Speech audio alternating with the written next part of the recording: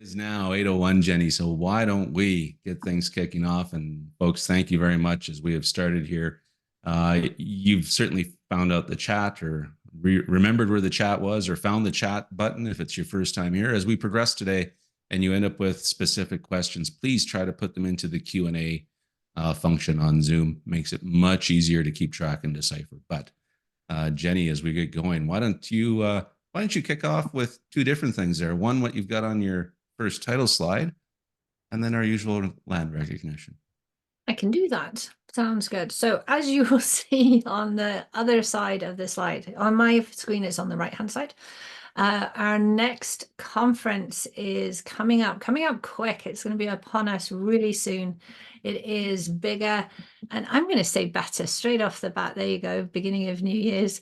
And this is a save the date. So if you're interested in joining us, and it's not just Craig and myself, it's many of our excellent colleagues, our conversations around rethinking leadership. There's lots more information to come, but right now, right here, check your calendar. If you're free the 22nd and the 23rd, or maybe it's just one of those 2 days, hold them and watch out for more information. Best place to see more information is on LinkedIn. So if you're not following SAIT Corporate Training yet, or Craig or myself, please do so, and we will get those up there as soon as possible. We'll also have more information next time we're here, which is 2 weeks from today. Then number 2, as requested. So here's a shot. This was during the holidays. We took a nice wintry walk, as you can see. The Bow River from that would be the east side of Calgary right there. SAIT's main campus is situated in Calgary, as is Craig and myself. And we have many of you here from Alberta this morning. Our sign up is quite global this week, with people from the Philippines and Mexico and Nigeria. So wherever in the world you are joining us from, thank you, welcome. And if it is your first time, what a great way to start 2024. We're excited to have you with us. For those of you here in Canada and Alberta, you'll understand this is part of our pattern and our rhythm, and it's an important one. It isn't a checkbox item. We like to take a moment just to recognize where we are and the land that we're situated on. SAIT acknowledges that it's situated on the traditional territories of the Blackfoot Confederacy. All of you are within Canada, are within different territories. And for Craig and myself, as I said, we are too here in Calgary. Treaty 7 for us encompasses the Indigenous people of the treaty. Oops, there you go, double two. Treaty 7. The Siksika, the Piikani, the Kainai, the Tsuut'ina, the Stoney Nakoda, and the Northwest Métis homeland. Whatever you're doing today, pop both feet firmly on the floor. Take a moment and remember the heritage of your land, whether you're living, learning, laughing, or just moving on with life. Thanks, Craig. Perfect. Thank you. So today, what better time of the year than to talk about goal setting than the very start of January? This is not a discussion about New Year's resolutions because most of those have failed by now.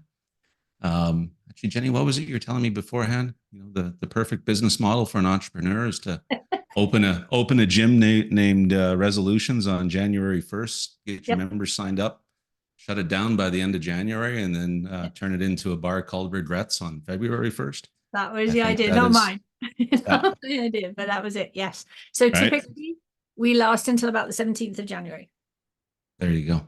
There you go. Okay. I was a little pessimistic in my comment there. But no, this is, it's an important conversation. Lots of organizations around this time of the year are engaged in goal setting, budget setting, et cetera. And we thought it would be an interesting time to take this topic on and to talk about what works, what doesn't work, what could be better with respect to goal setting. And Jenny, I saw a really interesting quote from James Clear over the weekend. I'm just looking down to read it here. New goals don't deliver new results. There's other parts to this quote, but I thought that was a really interesting spot to start because organizations and teams often get into this time of the year, great new goals, and then everybody gets all excited about, here's the goals for the year, we're going to hit them. And then we end up in December, and some of us, make it. Some of us are trying to figure out what went wrong. Some of us are trying to remember what the goal was that got set too. There's that as well. Yes. So there's lots. James Clear's brilliant, and the rest of that quote too. We'll pop it up somewhere. I'll pop it in a slide perhaps for when we release the resources. For you being here, you get a full copy of slides and thoughts from us.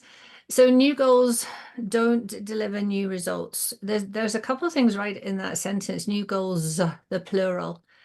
So how many goals are we setting? And that's a classic one that organizations fall into, because we set lots and then we expect everybody to execute and remember them all within the day job.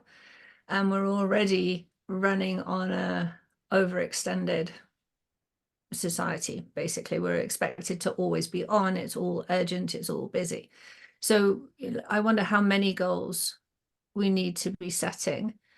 And the other thing too, I think, is that we've been doing it the same way. Like you mentioned goals, and within an instant, somebody would say, oh yeah, I know, SMART goals. Well, that's been the story since, I don't know what, end of the 1980s or so. I don't know when SMART goals actually emerged as a thing. And so I think our problem is we set a goal and then we think we've done the work. And really, that's the tiniest part of the actual work. So within our goal setting process, what else are we doing? Might be a good question. Yeah, that's a good. There's a few questions in here, I think, that I have that might help shape the conversation. I guess maybe the simplest place to start is, why do we set goals? What's the point? What's the purpose? Yes. So goals are a tool, like they're, and let's say this out loud really early on. They're a very useful tool. They've come under a hard amount of bashing recently, and rightfully so, but they can be a very useful tool. And as a tool, what is their job? Their job is to harness motivation. Basically, we're trying to get something done. We want to, excuse me, harness the motivation. And so the first question is the tool doing the job? Because if the tool isn't doing the job, we need to change how we use the tool, or we need to change the tool that we're using. And that's another part that we horribly misunderstand is, and the trend, I don't know how many years ago, was to cascade your goals through the organization. To excuse me, to what extent? Like, what are you cascading them for? Does anybody understand them? Does anybody understand how they're connected to them? And this has been around for a long time too. You have a really hard time getting me to buy into a goal that I didn't set. And so the best goals are the ones that come voluntarily from the person who's doing the work. I'm thinking of systems that I've been involved with before, where the organizational goals are there and you go in and type your goals in, and then you have to click and align to which goal it aligned to and within the organization. I have no idea if anybody ever went back and did a check to see how Craig's goals were aligned to his boss's goals, to his boss's goals, to the overall organization's goals, and what was the point? Right there. To your point, like, what is the point of that? Yeah. I get that it is trying to make sure that the organization has a direction it wants to go. Your team has a direction it wants to go. Your goals, in theory, should be in support of that, right? You made an interesting point there. It's tough for me to buy into a goal that I didn't set. But in one hand, I can't set a goal that would be heading the opposite direction of where the organization wants to be going. There does have to be some alignment. But that's the alignment piece. The alignment piece to me isn't clicking on a computer screen. As you ran through that, you just, for yourself, you suck the life out of everything. And then so we do that, and then we say, because this will engage people. No, I don't think so. Not if you just suck the life out of it by something that doesn't make any sense. So alignment could be, you as the leader, here's where we're going, right? This is where we're going to. This is our possibility that we want to step into. And I use possibility on purpose because there's no end to that. We can get anywhere. And then the next question is, Craig, what have you got, or what are you excited about, or what can you do? Where can you see yourself adding to this? And this is aside from the day job. The day job is execution. And when you kind of have to assume that an adult with a skill set that wants autonomy can do the day job. And so that goal looks at something where you will grow, that will support, create us to be better, like whatever that part might be, in alignment with where we're going to. That's what alignment is are we all heading in the same direction? Yeah. And so the alignment piece, I think, obviously comes, I probably jumped ahead in the conversation here too, right? Because we've talked about why goals are important. Yeah. But I think maybe what we could do is take a step back and just, let's talk about, where does it go right? What's the good approach? And, you mentioned SMART goals as well. And I know you've got some fairly strong opinions on them, but I think there is probably something good in the process of setting a SMART goal, but, in your language, there might also be something that's rubbish about it. So where do you want to take this? Like what is good about goal setting? What's the good that can come out of it? What is the good way to do it? Okay, so first of all, in my opinion, yep. goals work for some people. And so first part is know your people. Who is driven by the goal? And there are some where goals don't necessarily work. There are some where goals are suffocating. One of the problems with a SMART goal when they're set, so SMART, just in case, because there are lots of people actually who haven't come across it. SMART is an acronym for specific, measurable, achievable, relevant, and timely.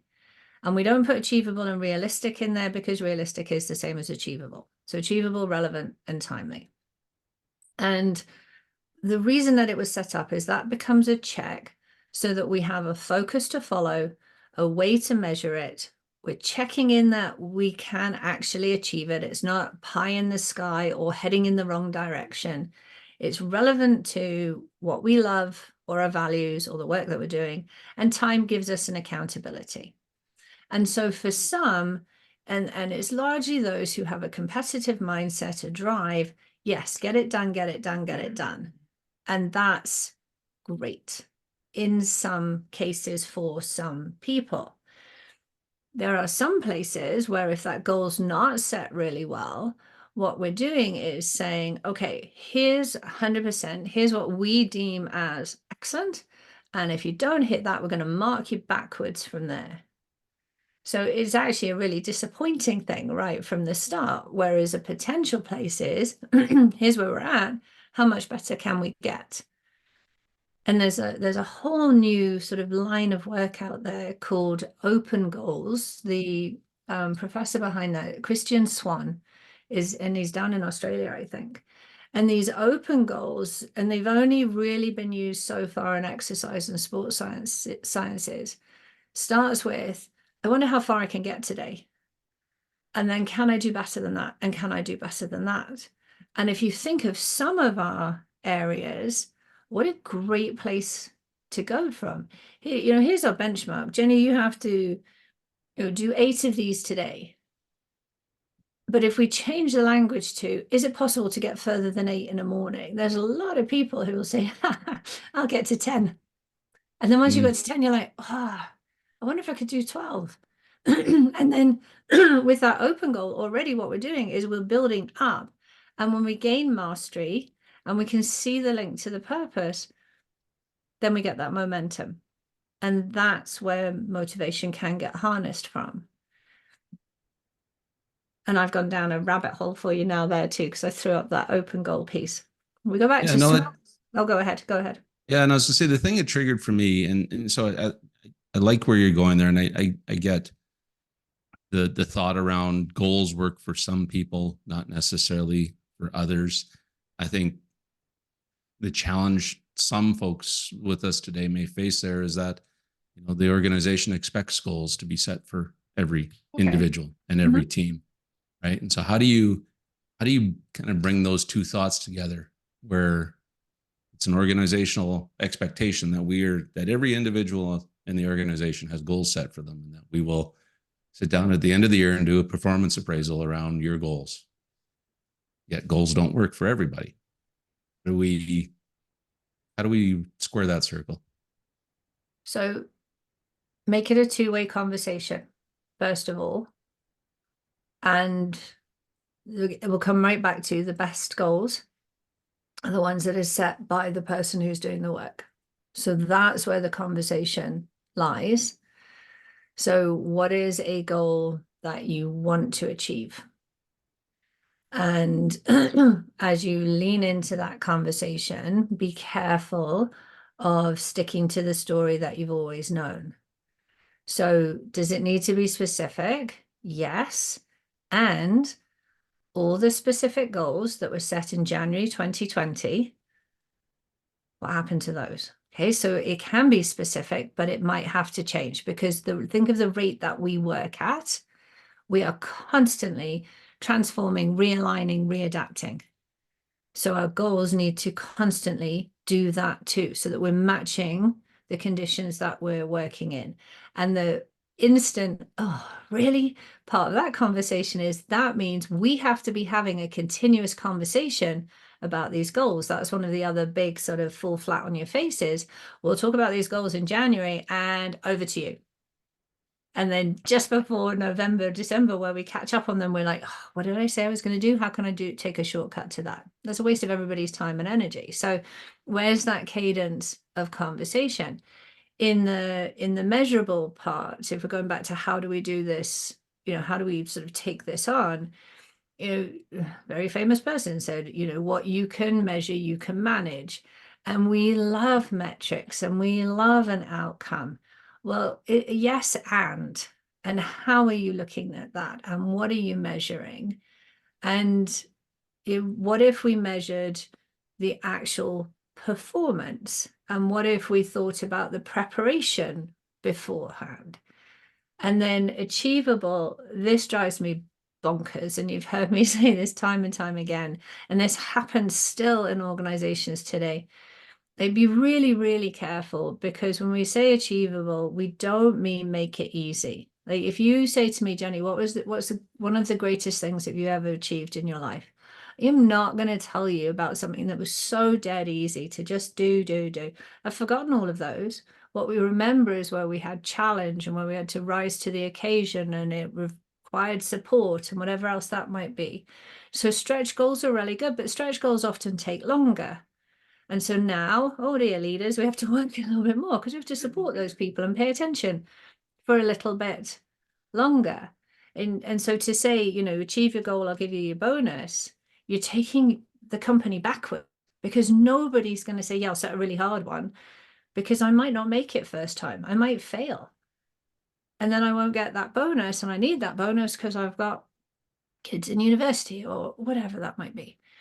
And then the relevant kind of stands for itself like that. If it doesn't light your fire, how can you be motivated? Like if it doesn't jump off the page and say, this is a great idea, then we're on to a loser again already. And then the time piece, just be really, really careful as a leader. Are you parenting?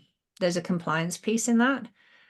And some love it, like the accountability that way. Some would rather just take responsibility and build with that as they move. Yeah. And I think the time piece for me, it kind of ties to something we were talking about in preparation for this, is the balance between short-term and long-term. Right. Mm-hmm. And I've always thought of the T and SMART of somebody setting a goal that says in 5 years, I want to do X, but we need to drive the result for this year.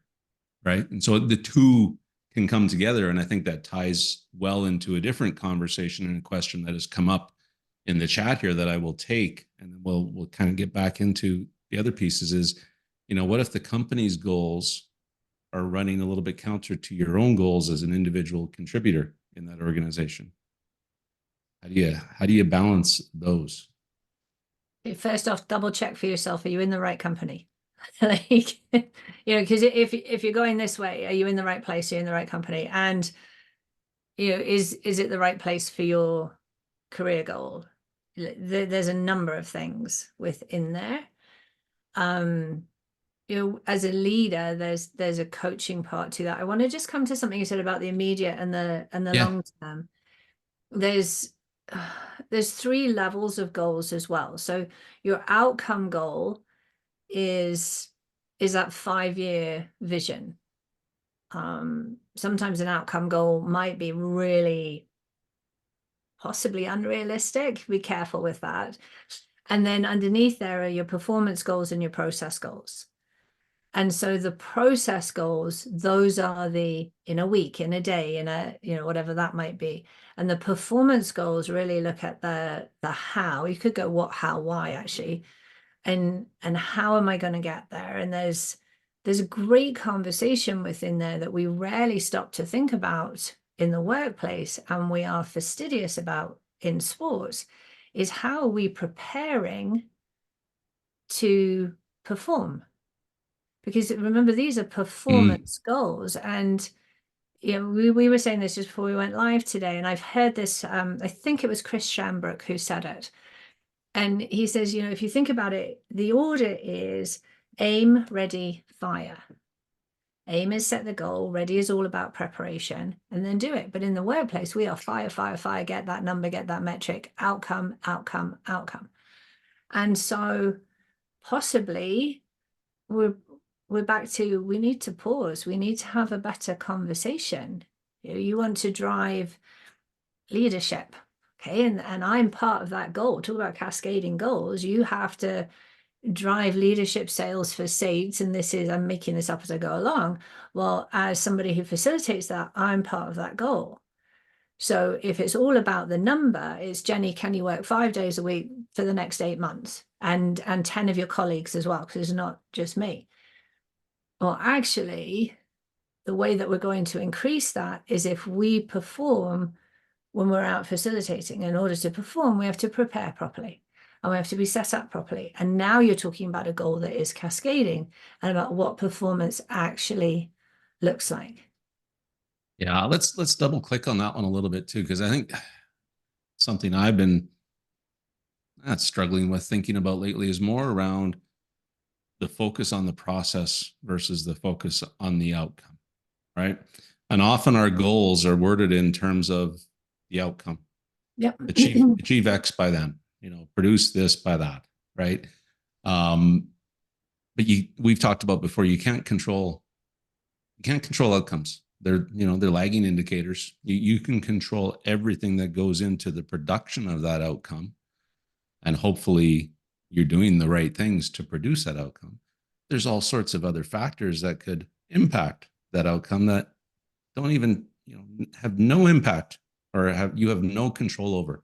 Mm-hmm. And so when we think about goals, I guess what I'm getting at is there some way in here to try and figure out how do we look at this from the process standpoint? I think the other part of that James Clear comment was something about it, habits or goals are more about a lifestyle change, lifestyle being your habits, et cetera. Yeah.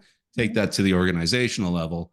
The processes, systems that we have are probably the organizational habits, if you will, right? So how do you set process goals? Or am I making any sense? Is anybody still listening and with us, Jenny? They're still here. There's lots of people still here. Okay, good.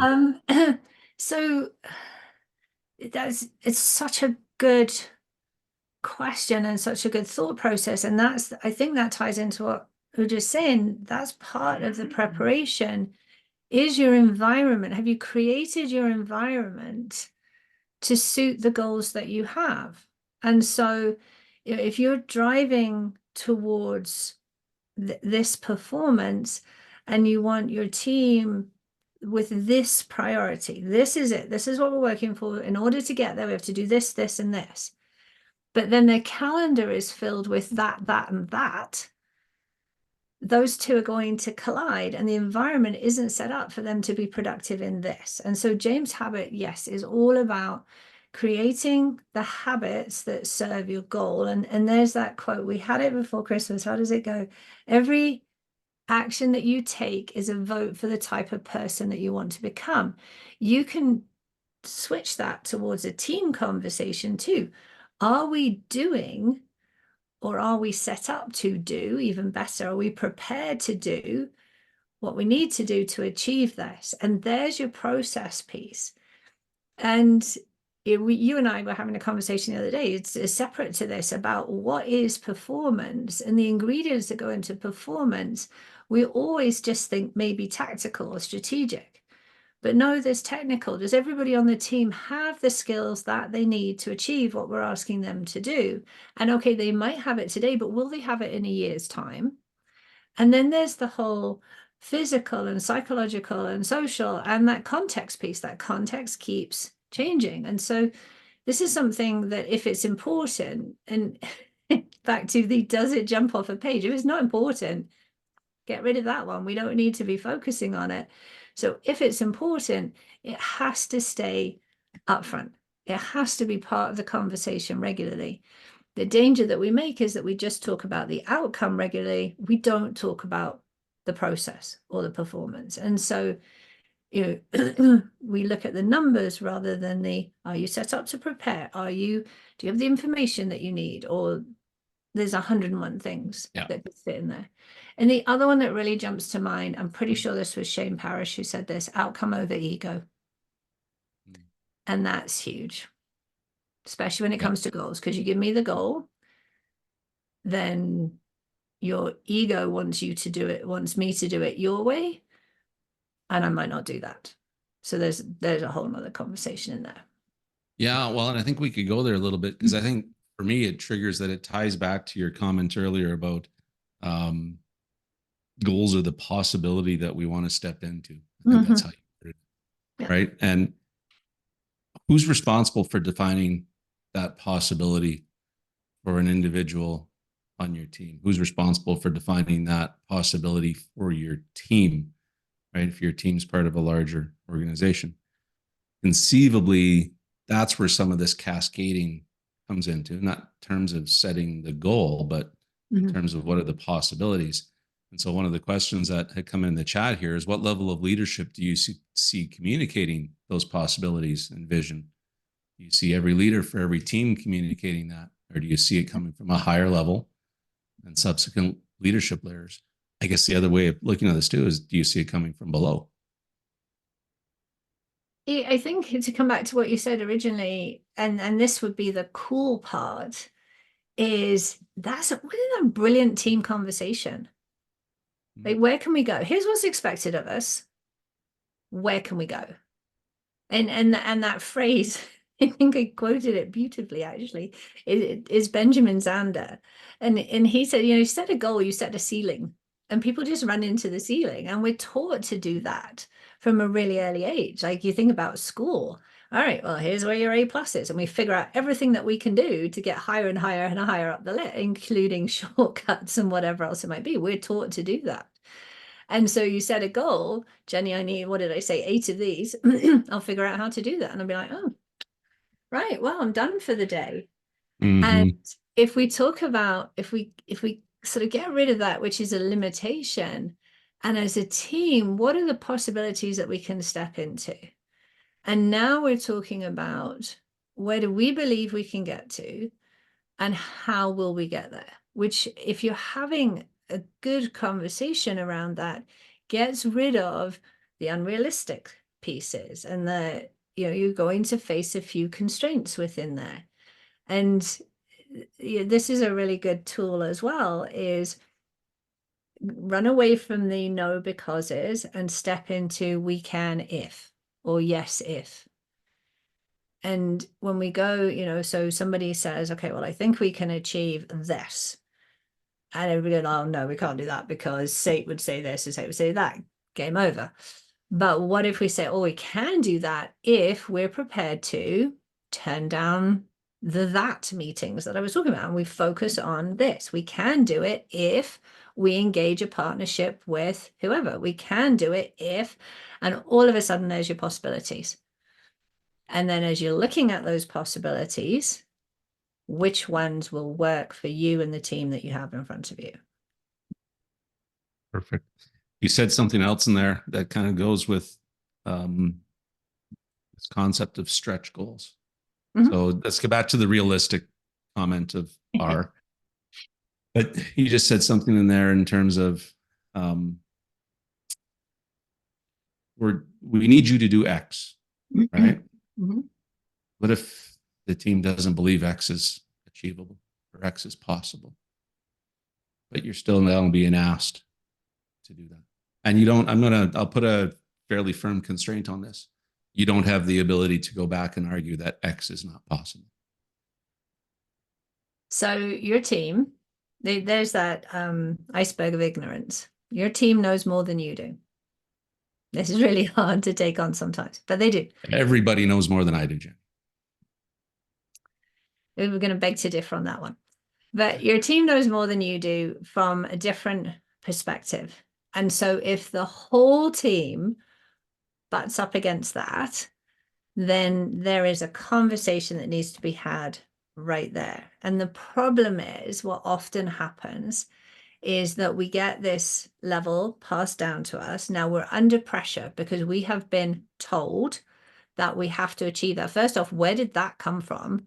It's been created by somebody arbitrarily who's had no contact with the people who are on the ground. Hopefully not. Hopefully it's been part of the conversation as to what is realistic, and we can still put that stretch within there. We've got to come back to that because there's some important pieces around there. But hear from your team. And what are the obstacles that they're seeing that nobody else has seen until this point? And then within that conversation, are these legitimate constraints? Are they perceived constraints? Right? There's a lot within there. So I would say, have the conversation.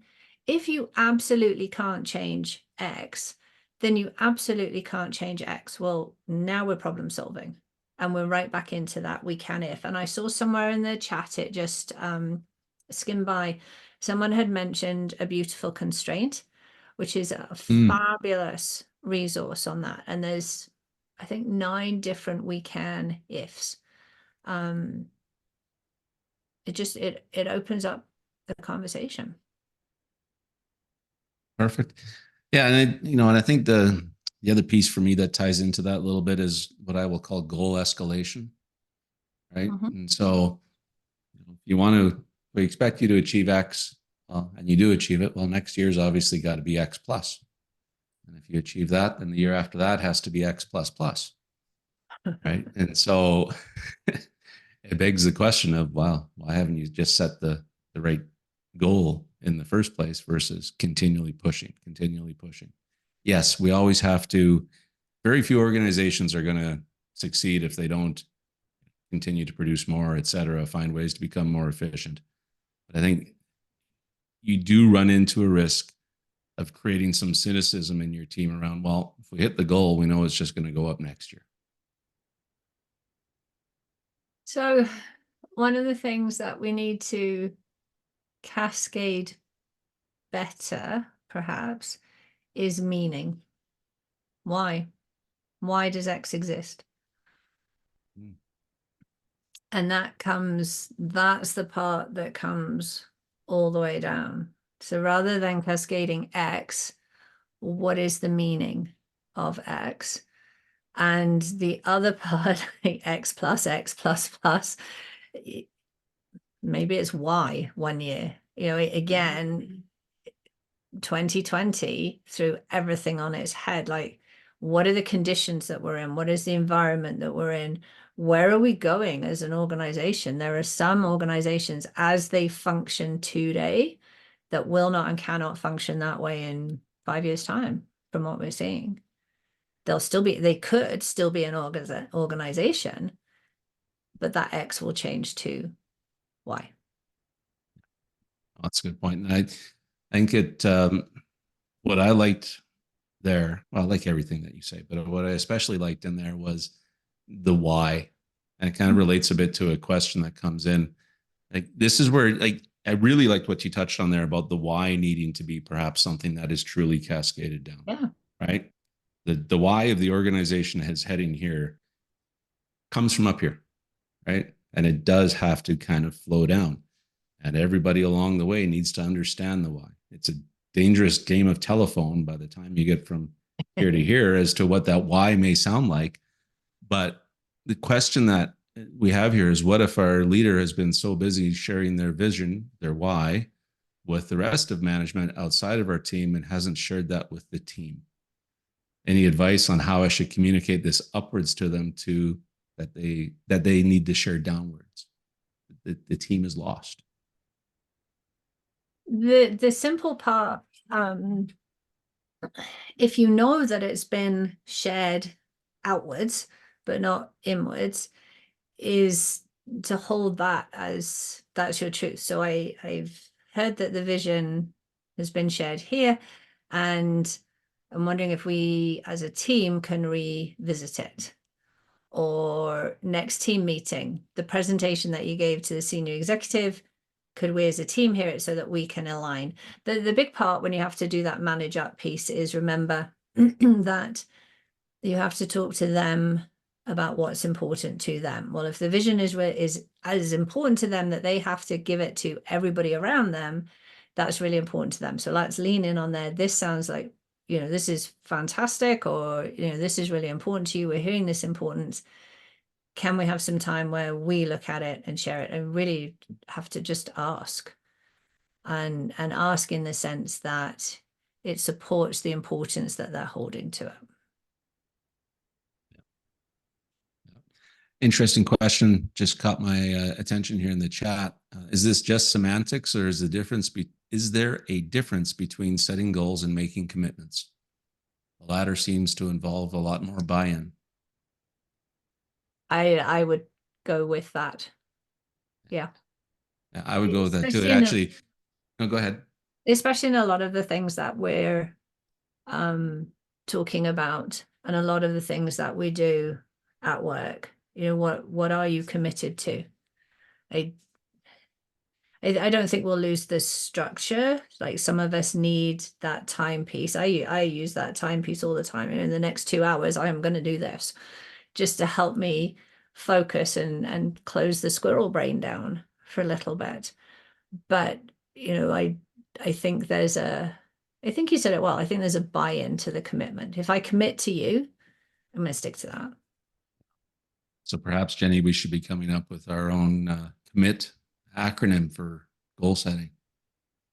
It sounds like a challenge. We'll see what we can do. Sounds like better than SMART goals, in your opinion.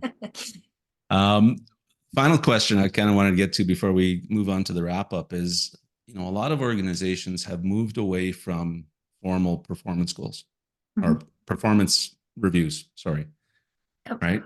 And as we talked about close to the start, often we set goals to then perhaps do a mid-year review and a year-end review, where you have organizations that have moved away from the formal performance review piece.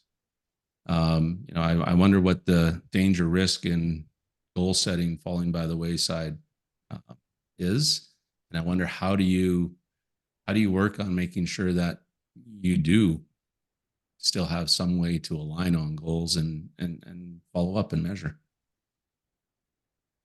I think this is fantastic, because in our hold to, we have to set something in January, have a mid-year review, and then close it at the end of the year. It's really individual, and it's really the story that we're used to. And so where this has gone, or you can do that, and what if it started with a team conversation? What goals do we need to set? Where will goals help us? And you've got around the table adults who are aligned, who want to take action and would like to have autonomy within that action. And so this opens up, all right, what are the goals? Do we need any goals, first of all?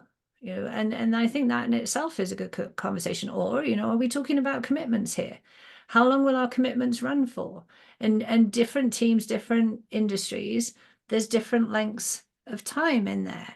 And you don't have to, if it's not your thing, you don't have to go into this whole sprint planning and agile and everything. We are committed for the next month to this, or for the next week, whatever that might be. And I would blast away that mid-year part. That doesn't have to be part of your story. That's legacy conversation. We'll reconnect on this in whatever that time frame is that you and your team set for. And then, and we haven't talked about this yet, but I do think it's important is, and this stems from James Clear as well, how will you optimize for the start line? How will you optimize to begin? Because back to your point at the beginning of our conversation, we're always so focused on the finish line, on the outcome. Let's reverse that. Let's optimize so that we're set up to do it right. And then our conversation becomes about the performance that eventually, as you said, you'll get that outcome. You'll get that metric. You'll always get a result. But if you focus on that performance and helping people optimize for that performance, that's where we start to see the elevation around us. And as you optimize for that performance, I think one thing that we haven't really touched on here yet is, what are those check-in points along the way? Mm-hmm. And how are you tracking? How are you measuring? How are you showing progress? How are you making sure you're on track, right? And how are you adjusting? Any final thoughts around those pieces? There's a really strong part of my brain that wants to say, if I am a skilled adult that's taking responsibility and making those commitments, I've kind of got that. I can talk to you about that. So there's that two-way conversation. And I think we haven't talked about this too. I think that's important. This is a two-way conversation. This is probably, if I work for you, probably more about me than it is about you. We flip it because you're very worried about the outcome, and I'm using this generically, and so that's why we forget that part. And there was that fantastic thing I went around on social media last year at some point with, what does KPI really stand for? Because we often use KPIs to measure, and it's a performance indicator. So keep people interested, keep people informed, keep people inspired. I can't remember, there was 4 of them. And there's your job as a leader. Pay attention. This was the part in the stretch goals. People will work for stretch goals if they feel supported. Support is different than directed, right? What are you doing? What's your numbers? What's your progress? That's a little bit of direction in there. Support actually looks at the performance and looks at me as opposed to the number. Speaking of commitments, we always commit to get people out of here on time. So they can get onto their 9 a.m.s. And I think this has been another good conversation. I think there's so many directions this conversation could have gone. But hopefully we've got some great takeaways here. So Jenny, over to you to kind of wrap things up. Thank you. And for those who are here for the first time, hopefully not the only time, we always conclude with, what was our big idea heading into the conversation? Sometimes it's our idea, sometimes it's someone else's.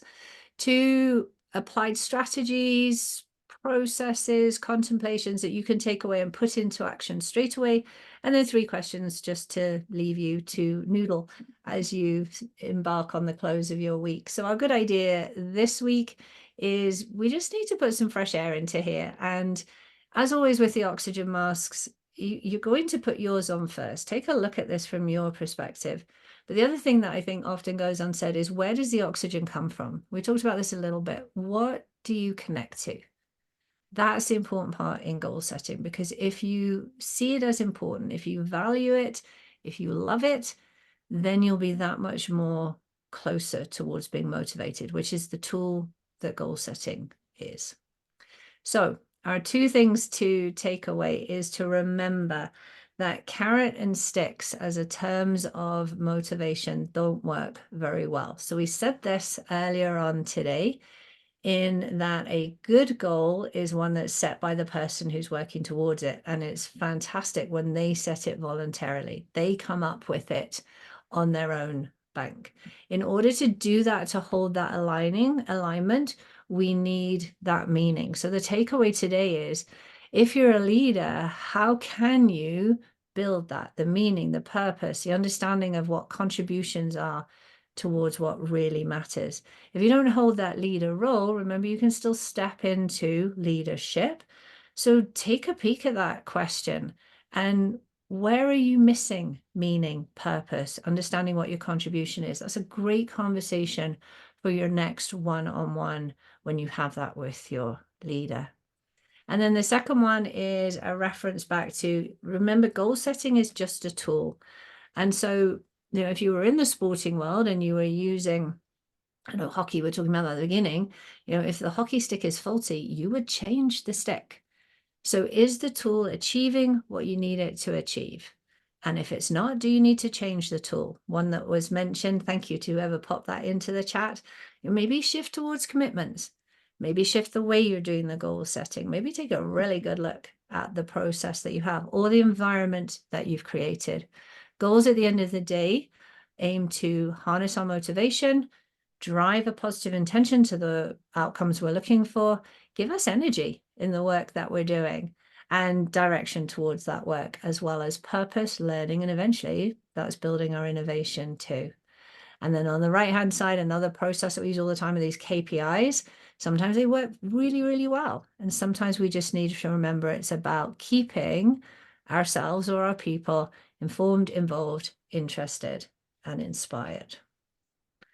And then, and I stuck to 3. This is not a New Year's resolution, Craig. Don't worry, we'll be back to 4 or 6 in a week or 2.